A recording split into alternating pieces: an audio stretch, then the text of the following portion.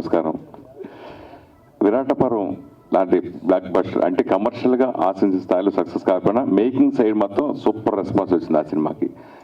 అంటే దర్శకులు కొంతమంది ఫెయిల్ అయినప్పుడు వాళ్ళని ప్రూవ్ చేసుకోవడం కోసం వాళ్ళే ప్రొడ్యూసర్గా మారి డైరెక్టర్ కూడా వాళ్ళే చేస్తుంటారు.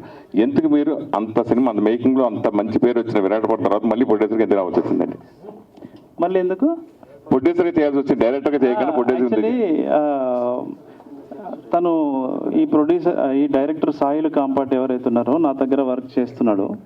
తను నాతో ఒక 3 to 4 yearsగా ట్రావెల్ చేస్తున్నాడు. ఒకరోజు తను ఒక కథ చెప్పాడు. అది రియల్ ఇన్సిడెంట్ బేస్ కథ. అదే రాజు వెడ్స్ రాంబాయ్. అది నేను ఇందాక చెప్పినట్టుగా ఒక 3 days వరకు నన్ను అది బాగా మూవ్ చేసింది. అరే ఎక్స్ట్రాడినరీ కథ, మళ్ళీ చాలా ఎంటర్టైనర్. అది ఎక్స్ట్రాడినరీ, మంచి ఫన్. ఆ క్యారెక్టర్లతో లవ్లో పడిపోతాం, మనం ఏడుస్తాము, నవ్వుతాం, ఇందాక మా వాళ్ళు చెప్పినట్టుగా. సో దీన్ని ఎట్లయినా మనం మెటీరియలైజ్ చేయాలి. ఇది వేరే దగ్గర మెటీరియలైజ్ అయ్యే అవకాశం తక్కువ ఉంటుంది.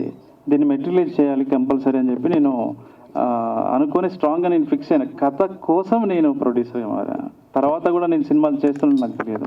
కథ కోసం మాత్రమే నేను ఈ కథను చేయాలనిపించింది. ఇలాంటి కథ మళ్ళీ ఏదైనా వచ్చినప్పుడు మాత్రమే నేను చేస్తాను.